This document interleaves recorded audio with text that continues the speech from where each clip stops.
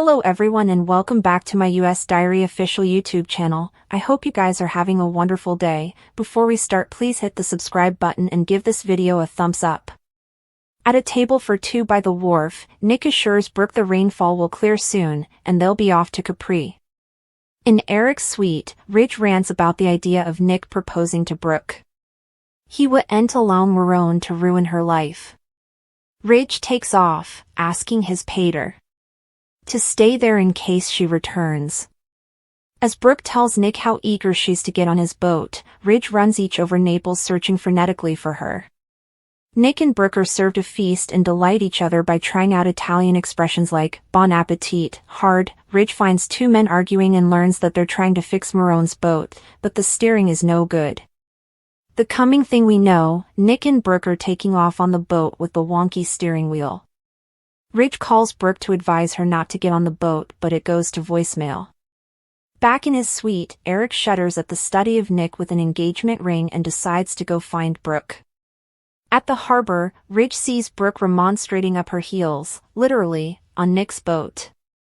Hope fawns over Liam at Bill's place and they badinage as he teases that she's overstating it.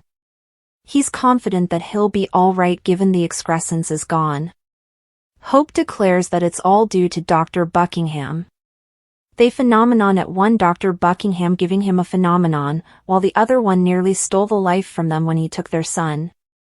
Liam dubs this the tale of two Buckinghams. They flash to Liam telling Hope their son had failed. It was all a taradiddle Reese told them because of his gambling debts. Hope will no way understand how someone could do commodity so heinous in the name of plutocrat. In Buckingham's office, Finn tells Grace that Liam's treatment could inconceivably have bring $1 million bones. He warns her to tell him what's going on right now. Grace tries to justify the cost, but Finn's not buying it. He acknowledges that it was precious, but was it necessary? Grace acts outraged and accuses Finnegan of wanting to leave Liam to die. Finn doesn't flashback anyone from Neuro being in Liam's room. It was always her delivering the findings. Switching from Croker to operative mode, Finn declares there are holes in this case. The more he's examined the issues, the further questions he has. Grace asks for the nethermost line. Finn situations that he's wondering if Liam ever had brain cancer at all. Grace tries to escape the office, raving that she doesn't have time for this, but Finn stops her. He can tell commodity is veritably wrong with her. Grace just wants him to be thankful that Liam will live. Finn says it doesn't add up. He hollers that the lacerations are way too small for such a surgery, and his recovery is way ahead of anything ever medically proved. Dropping the hammer, Finn tells Grace the neuro platoon has no record of Liam other than his brain bleed. She must have faked it all. Still on Bill's settee, having no idea what Finn is doing as they speak, Hope and Liam go over what a St. Grace Buckingham is, and Hope thanks God they didn't lose him. Back at the sanitarium, Finn wants Grace to confess. He hollers that they've been associates for times. He trusts and respects her and she needs to tell him the verity. Cracking, Grace heart breaks. I had no choice. I had no choice. She admits she made up the brain cancer and faked his opinion. They were hanging my girls, she wails. Finn learns Reese had serious gambling debts and the men after him weren't chaffing around. They knew where Zoe and Paris lived and where she lived. She screams, I demanded the plutocrat. I demanded the plutocrat, I demanded the plutocrat. I was hopeless. Nick clocks Ridge signaling at them from reinforcement and pats over. Just also, another boat crosses their path and he swerves, unfit to duly steer. Brooke slides off the reverse into the ocean, and it's Ridge to the deliverance as he dives into the water and starts swimming. Brooke drinking her son Bridget with a clinch, Donna and Pam opening up their gifts on the settee in the forest romance and realizing they've the same thing as we hear Steffi tell Finn, there's nothing like the power of Christmas. The action also switches to the captivity where Bill encounters a beaten and bruised Luna.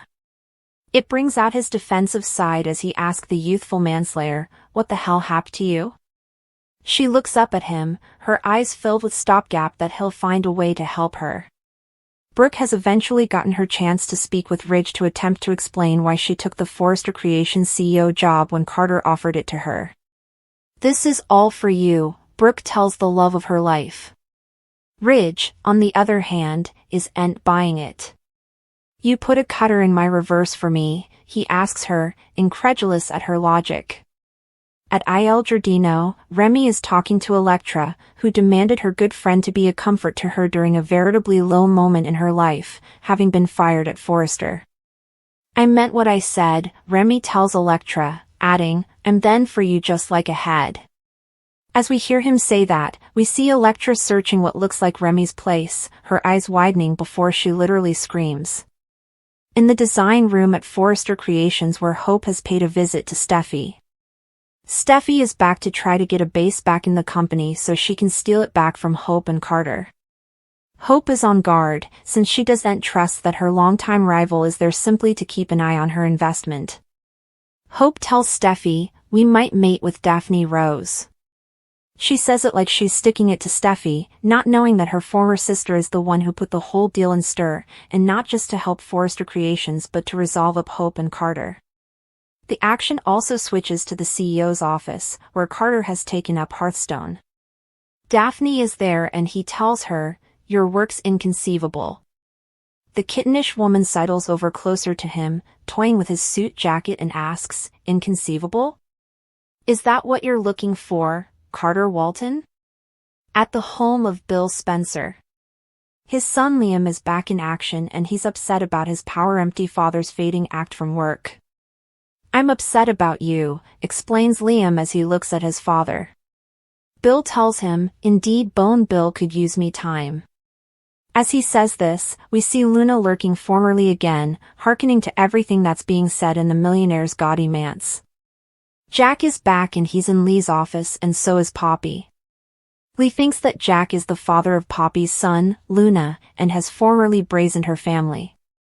Jack's confused as he tells High's ex-wife, "You're not making any sense, Lee." The good croaker wouldn't hold back any longer and bluntly asks him, "Are you Luna's father?" Steffi announces that she's back as Brooke. Hope and Carter look a bit skeptical. "You want to come back to work?" asks Hope. "Well, you said I was 8 to stay on board," challenges Steffi. Hope's not buying it. Why the change of heart, she asks her longtime rival. "What's really going on?" Hope asks, continuing to try to get to the bottom of Steffi's change of heart. The action also switches to Bone Bill's manse.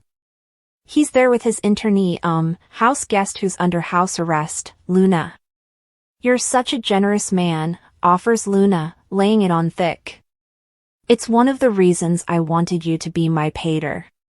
Bill looks on, proud of what she's saying about him, but will he end up lamenting bringing this two-time killer into his home? At the sanitarium, it's family defying family. Lee has had enough of the falsehoods and she wants Poppy to eventually unmask the awful verity. "Tell me the verity," insists the croaker. Poppy looks nervous, nearly willing her family to back off but to no mileage. Rather, Lee continues to hammer at her family. "Jack, he's Luna's father. You betrayed me with my own hubby," asks, or rather Lee accuses. Will Poppy eventually confirm her son's maternity to her family? It would clearly go a long way to explaining Lee's abomination of her family, not to mention her not minding about Luna either, when she first arrived in city.